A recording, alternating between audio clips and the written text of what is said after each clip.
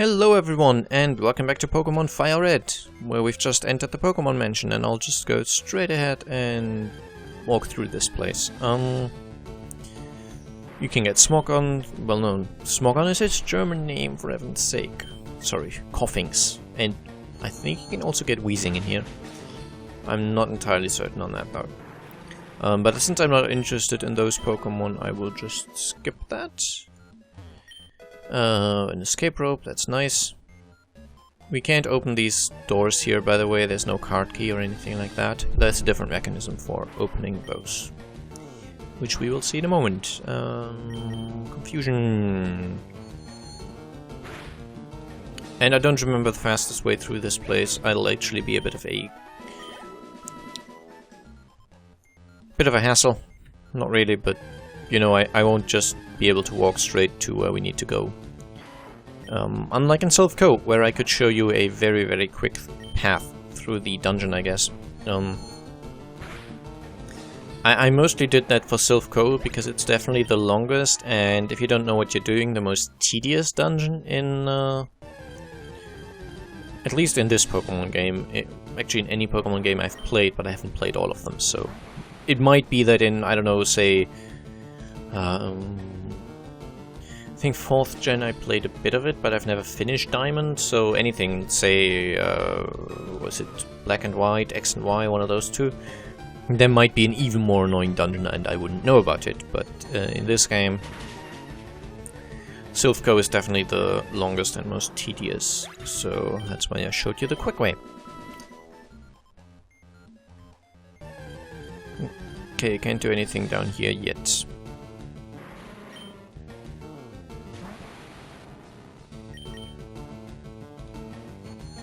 I'm not fleeing from these battles, even though they don't give me much experience. The main reason is, if I level up my Alakazam, then by rights it'll be Gengar's turn. Gengar has a free item slot, so I can use the cleanse tag without feeling bad. I am very OCD about those kinds of things. Rattata, whatever. I always thought it was meant to be a joke about Ratatouille, so it's Rattata. But maybe that was actually just the way I saw it and not what the developers intended.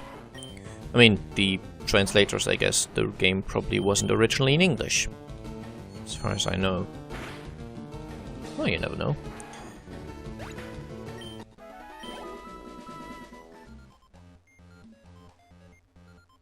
Oh, it's a trainer. So there are a few trainers in this place, but none of them should be too much trouble.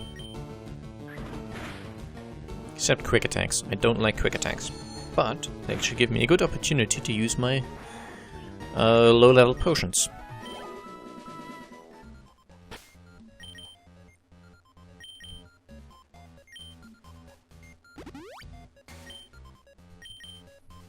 I know it's a bit slower, I could have used a super potion, it would have been instantly full, but I still have these normal potions, might as well put them to good use. Hey!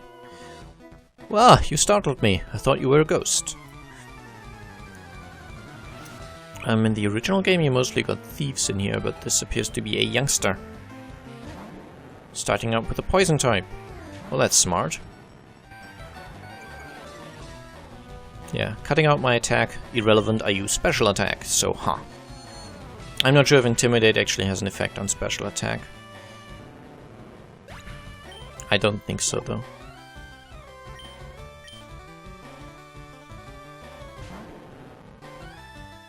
So, I will once again kill your snake.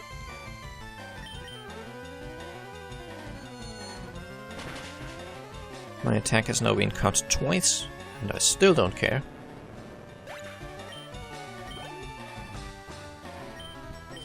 And I don't care about Eradicate either. It's level 34, let's go for a Psybeam. There we go. Even critted. Not that it really matters. And there goes youngster Johnson. I mean, I guess it's an abandoned building. Maybe it's some sort of ritual where, you know, spend a night in the abandoned house if you want to join our club or whatever. So, and I mean, I guess children explore, so it makes sense to find some youngsters in an abandoned building. Maybe he's doing drugs. And there's a secret switch in these statues which you can press or not press, I guess. And that's how you trigger the doors. But the way it works is that basically any switch will open some doors, but it'll close others.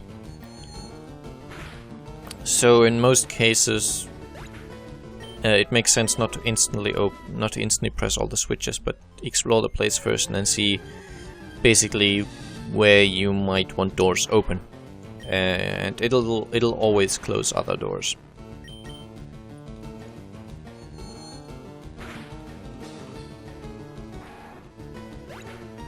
There we go. Luckily I can sprint in here, even though it's also indoors. And this only allowed me to get to this item, and it'll have closed the other doors, but I've already explored those, so ha.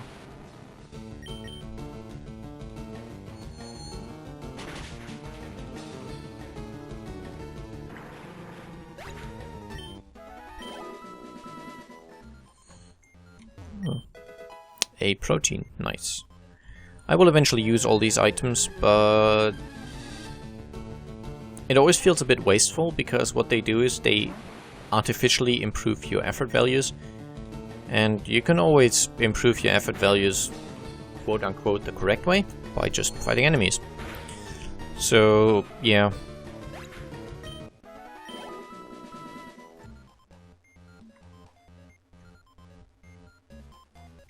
I think I want to go to the next level now. And I definitely want to use the cleanse tag once my Alakazam has leveled.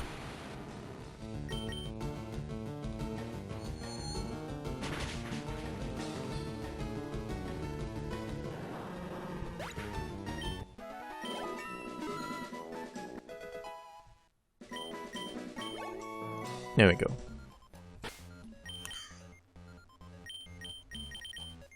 Now you go to the bottom. Even though in terms of hit points Alakazam is actually really poor, he does do a ton of damage. Item, give, cleanse tag should be all the way at the bottom. Well, not quite, hyper potions are even lower, but you get the point. And as I said, this will decrease encounter rate, not completely remove it. Hey you! I can't get out. This old place is one big puzzle. It really is. Breaking the fourth wall, ho! And this actually is a burglar. The German word for these trainers much more closely resembles thief, so... I guess a thief, it just... There's less of an implication of violence. Burglaring implies, I think, more force, whereas a thief would be someone more likely to be undetected, just by what the word implies. And I know they're somewhat synonymous, but, you know, there's subtle differences in implications, I think. To where a burglar is more like someone who, I don't know, I guess, kicks a door in and just takes stuff. Whereas a thief would be someone who sort of sneakily picks the lock and takes stuff. Not that it really matters, I guess, at the end of the day you've just lost your stuff. But, hey, at least you don't have to... Oh, yeah, we can't affect each other, I forgot. At least you don't have to pay for the door, because it's been lockpicked, not kicked in, something. Anyway. Almost twice that guy's level. I just forgot that I can't use ghost-type moves. Well, I can, they just don't do anything. Oh, hey. Diary, July 10. We christened the newly discovered Pokémon Mew. So that's one of the few hints that the game drops. There's a few diary entries here as well. And those were in the original game as well. So they just kept them in, I guess. And there's just these small hints about... That's not going to do much because I'm poison type. Yeah. About the secret hidden 151st Pokemon, which was Mew. Which, originally you really weren't supposed to be able to get. It was meant to be an event Pokemon. So the only way to get it would be to go to one of those Pokemon events. I know you got the training card of Mew if you watched the first Pokemon movie in a cinema. They just handed out the cards. I'm not sure how it was with the actual Pokemon for the cartridge. I don't exactly know how you got those. Anyway, it was meant to be really rare and special to get it because you only got it from an event. But in the original games, there was a glitch which allowed you to get it. Diary, July 5th, Guyana, South America. Which apparently implies that this actually does play on Earth, because there's a South America, but none of the other regions, as far as I'm aware, are actual real-world locations. Unless there's some kind of, I guess, Japanese regions, which I wouldn't know about. A new Pokemon was discovered deep in the jungle, which was Mew. But yeah, there was a glitch whereby you could sort of trick the game into thinking you were encountering a wild Mew, and you could just catch it. And you just did this by really confusing the game. You basically... I guess I can explain while I'm exploring this place. What you would do is you would walk into a trainer. Why would I do that? That's just silly. And you would need any trainer that... oh, that's gonna be super effective, wow. You need any trainer that aggroes onto you as soon as he enters the screen, basically. And then you have a tiny window of opportunity where as the trainer enters your screen, you can hit the start key, and it opens up your menu just the same frame as the trainer notices you and sort of gets that exclamation mark on his head. But you can then use that opportunity to basically fly away. So the game thinks the game knows that there's supposed to be a battle going on right now because the trainer has engaged you, so it basically turned on a flag saying, oh, there's a fight. And because you fly away, it never sort of turns that flag off saying, okay, fight's over now, you've won or you've lost. And then what you do is you fight a very specific trainer. A max potion, that's nice. February 6, Mew gave birth. We named the newborn Mewtwo. I thought Mewtwo was supposed to be a result of genetic experiments. Anyway, let's press the switch.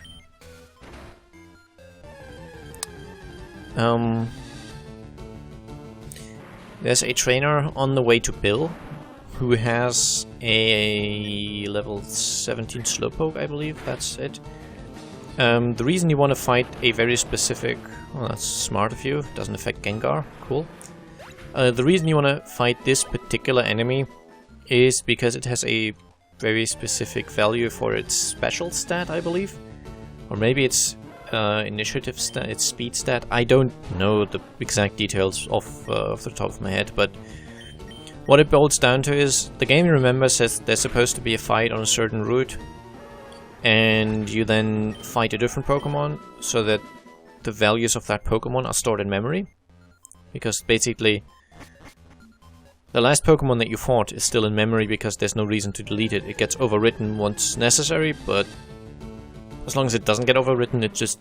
they don't delete the memory. There would be no point. There would be effort that's unneeded. So anyway, you would then go back to the route where you first, where you kind of glitched the trainer out.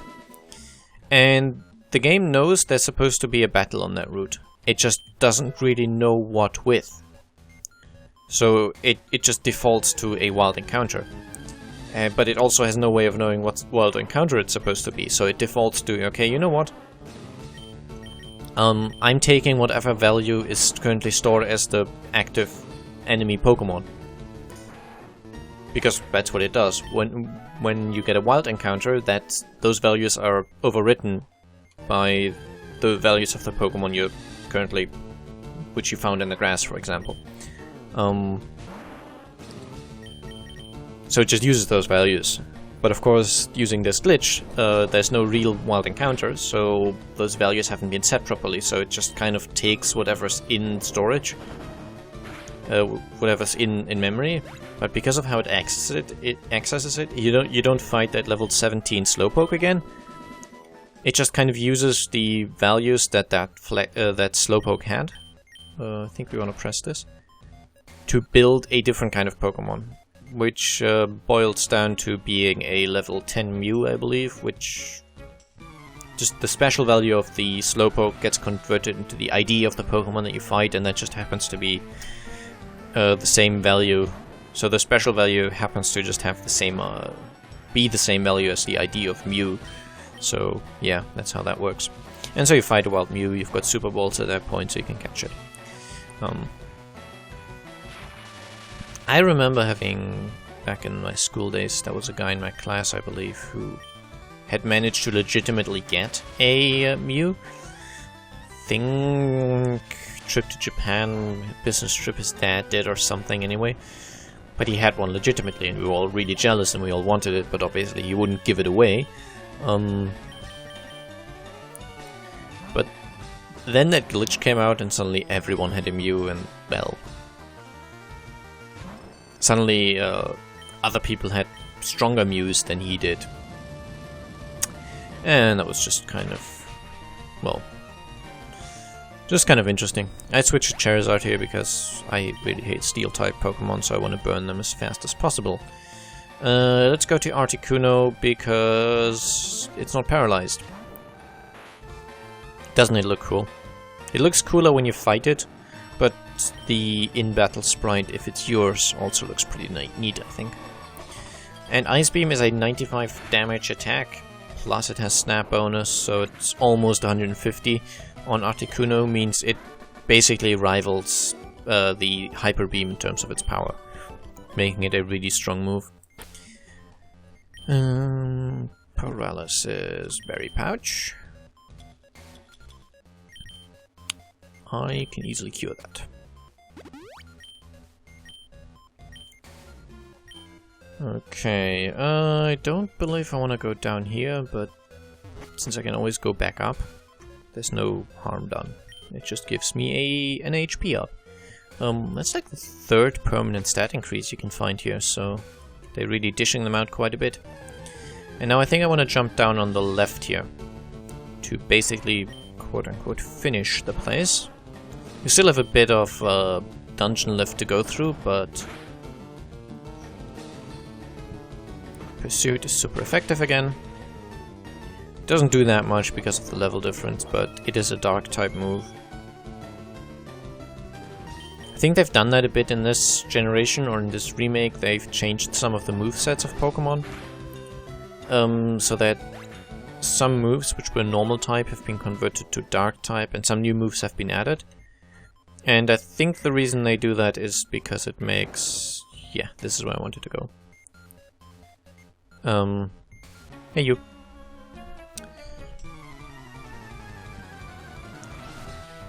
And there's a scientist. It makes something like a Raticate, whatever, more capable of actually dealing with a ghost type, for example. It just adds some diversity to the kind of movesets that Pokemon have. Pretty neat, pretty neat. 188 special attack is insane. And let's switch to Articuno. It's in the team, it needs to be used.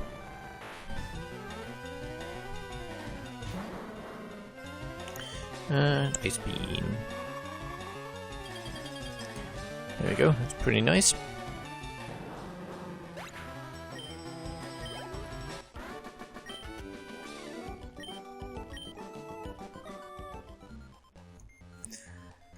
And now we want to go down there. And I think if you fall down on the wrong side, as you could see, I fell down that 3 wide gap. If you fall down the 2 wide gap, I think you end up in the wrong location and you can't make it to over here. Yeah, you can sludge me if you really want to, it doesn't matter.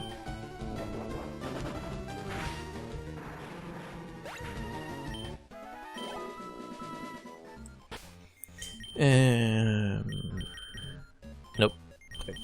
Item take. There we go. Now we can switch you.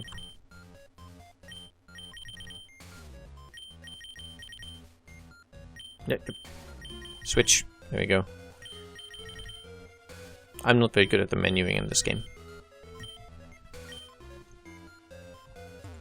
And a car boss. And we'll look at all these things and eventually give them to Pokemon once the time is right. Another Raticate, yay. Since I don't have much PP for Ice Beam, I'll prefer to use Fly. Sometimes it'll do much damage. It's a stab move as well, so it's fine. It just takes longer than Ice Beam, so while leveling up, I did not want to use it. It's a 2-turn move. Okay, I don't want to go out there yet. That'll put me back to the entrance, and I can't go back here. Well, I can, but I have to go through all the dungeon again, so don't want to take that exit unless you're actually done with the place. Which I won't do because I'll be using a an escape rope. Doing. I'll just fly in your face, and I should remember to re-equip the cleanse tag. Nope. Give. I'm so used to switch to just going down to take, because mostly I use the item command when leveling with the Meowth, so I basically take away whatever item they happen to be holding. And it's just kind of an instinct of mine.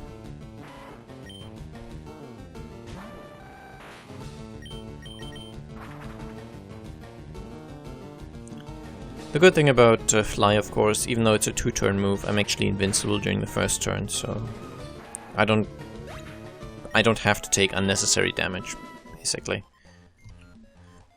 As opposed to something like Solar Beam, where you do end up taking unnecessary, or you might end up taking unnecessary damage, because while charging up the move, you're vulnerable, not with Fly. Don't want to use Ice Beam. It would probably still get the kill because of my good stats and high level and all that, but Ice is not effective against Fire. And Articuno is actually one of the few Ice Pokemon in the game that are actually weak to Fire, because it doesn't have Water as its second type. It's actually one of the advantages of having more Pokemon in sort of later generations of the game, that more combinations and more just different Pokemon of a specific type exist. So in this game, for example, as I've said before, there's exactly one evolution of Ghost-type Pokemon. September 1, Mewtwo is far too powerful. We have failed to curb its vicious tendencies. So yeah, Mewtwo, very dangerous. We'll find it eventually, actually. I'll show you where to find it.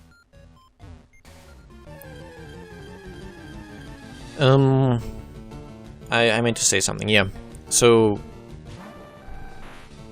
in just later generations, they have added a lot of Pokemon that sort of filled those gaps. There's now a lot more Ghost-type Pokemons, and there's a lot of... It's just Pokemon. It's its own plural. Anyway, there's also a lot of Ice Pokemon that aren't type Water. Stuff like that. They've just added more diversity. The problem is that eventually they appear to have run out of ideas, I guess.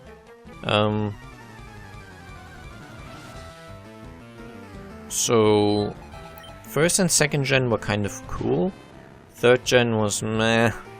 But especially Gen 4 and 5 had so many Pokemon that just look so terrible. It's like a garbage bag or an ice cone, which it's just it doesn't look cool. Yeah, I guess let's change Pokemon. I want to use something that's slightly more effective, I guess. I think the latest generation, Gen 6, had some pretty cool Pokemon again, but they've really hit a low point in Gen 4 and 5, I feel, where just the Pokemon don't look cool. I mean, in terms of stats and such, and movesets and all that, and type diversity, and just from a technical perspective, I guess, the games have gotten better. They've become more interesting, there's just more stuff you can do, less clunky interfaces and all that. Generally improved, but the enemy design or the Pokemon design has suffered at some point. And again, Generation 6, I've not played it, but I've looked at the Pokédex, and there's a few Pokemon there, or a fair amount actually, which again look cool. It's like I could see myself training up this Pokemon, for example. Whereas in Gen 4 and 5, I'm really struggling now as I'm playing Diamond, which is Gen 4. I'm really struggling to find Pokemon that I am not so repulsed by that I don't want to use them. So, in a game like this one, I will usually fill my party up to 6 quite quickly, actually, and I won't have a shortage of Pokemon that I want to use. TM14 contains Blizzard. I could teach that to someone. I don't want to do that yet, though. Eventually I might. Oh, I can't press these buttons from the side. I have to press them from below. And this opens that door here, which I believe that's where you want to go to finish the dungeon. Why don't we go Ice Beam? I still have 13 PP left. That should be fine. Ice Beam is just faster and does more damage unless I have a type disadvantage. And there we go, the secret key. That's what you need to open the gym. And another coughing.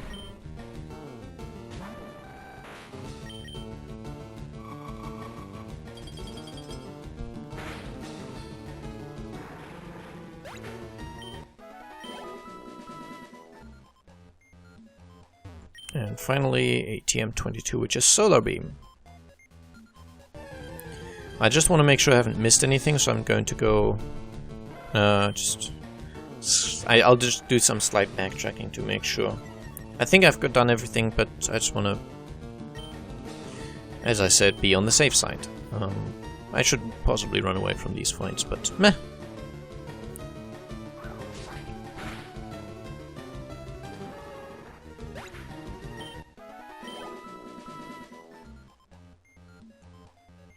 And yeah, the cool thing about, you know, the more varied amounts of Pokemon with later generations is that I think by the time 3rd gen came out, there were over 300 Pokemon. So what they did is, the second time around you fight the Elite Four, they've actually given them some of the new Pokemon, so that the Ghost type trainer, for example, actually has some more Ghost types, instead of just filling up random poison types, which are somewhat spooky looking. Okay, we can't get back out unless we press this, I believe.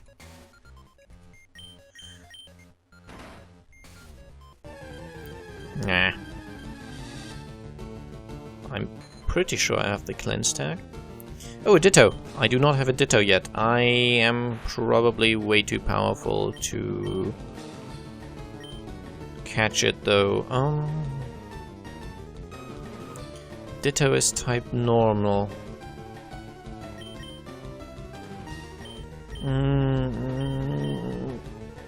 Gengar knows Hypnosis, so that's why I'm switching to it.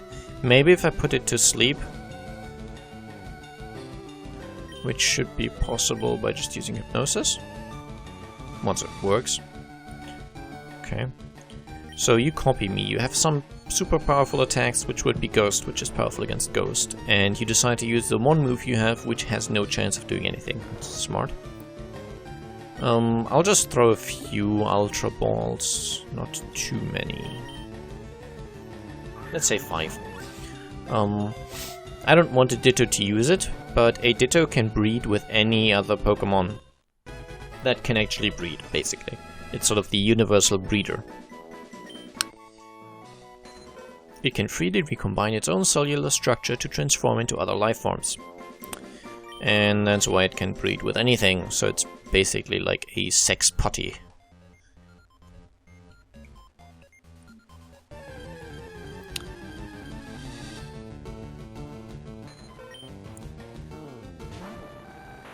And I might just eventually reach a point where I actually want to do some breeding, which I cannot do yet. To do breeding, I think I need to unlock the National Pokédex, and that'll come later, but... Now, there we go. Missed this earlier. I should have gotten it earlier, I just missed it, basically. Okay, last fight in here, I should think. So take an Ice Beam to the face.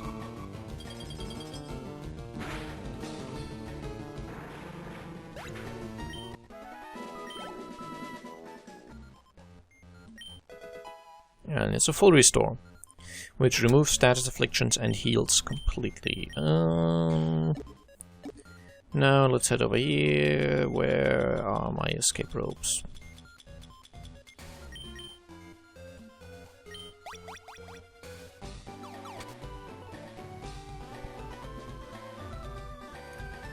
And now I no longer get the message that the door is locked because I actually have the secret key.